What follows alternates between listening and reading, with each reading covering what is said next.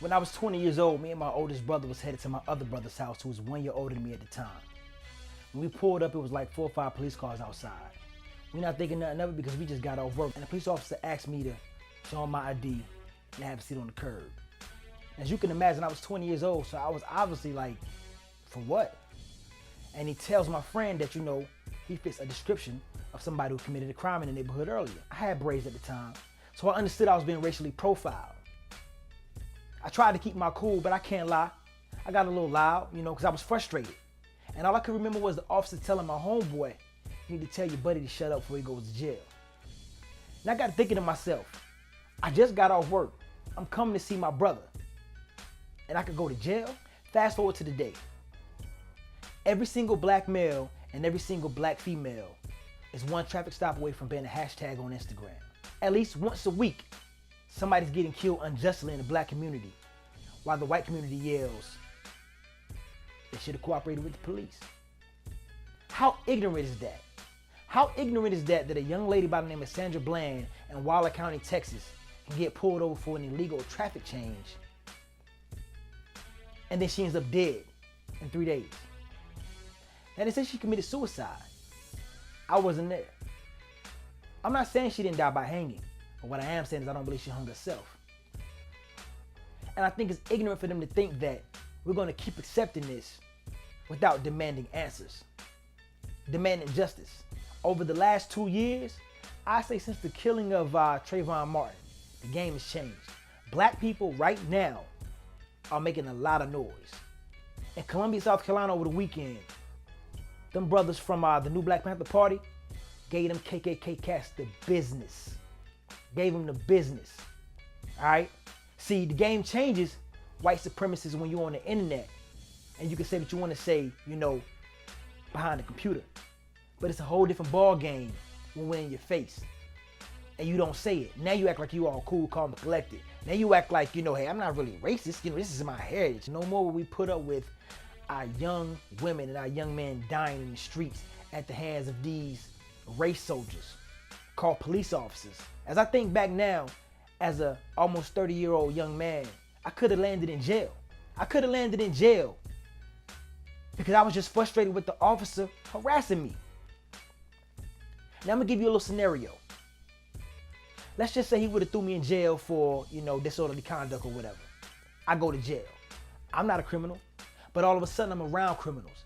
I'm around these people who are hardened criminals. And let's just say I try to protect myself from somebody trying to do something to me, right? Now all of a sudden I'm a criminal. But in all reality, I'm trying to protect myself. But because I'm in this system of incarceration, now all of a sudden I'm a criminal because I was thrown into a criminal environment, but I'm really not a criminal. But now I got this record because I'm a criminal because I got into it with somebody in jail trying to protect myself.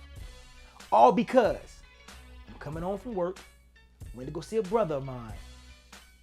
I get asked for my ID, know that I'm being profiled, I get a little disorderly, then I'm thrown in jail. That's the reality of a black man in the black community in America today. That's the reality. That when I get pulled over, I don't know whether I'm gonna get set up, whether they gonna throw drugs in my car, whether they gonna try to get me out the car and make me do something stupid so they can say they beat me because I got irate. I don't know. And it shouldn't be that way. It shouldn't be that way where I just can't be me. Where I can't get pulled over. Hey, officer, here's my ID. Hey, officer, here's my registration. Hey, officer, okay, thank you, and I'm gone. As a young man in my early 20s, I got pulled over at least 10 times in like 2 years with no ticket. It was simple stuff like, hey, how you doing, sir? You all right tonight? You good? Just seeing if they can smell something in my car or, see something on the back seat. It's those, let's pull them over and hope we find something. And 10 out of 10 times it ended in, all right, sir, you have a good night.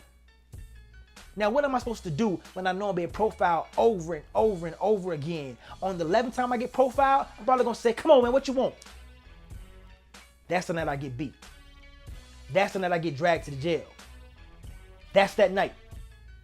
Now, all of a sudden, I'm a criminal.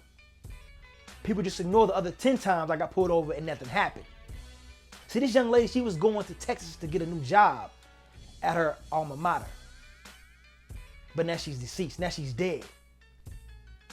And once again, white people are telling us she should have just obeyed the law. Everybody makes illegal lane changes. I do it all the time. It's habit. Everybody does it. But somehow, some way, she ended up out of her car with her face buried in the dirt. It's crazy, man. It's just crazy. It's so crazy. And it's disheartening that over and over again, we got to talk about this type of thing in modern day America in 2015. I tell you this.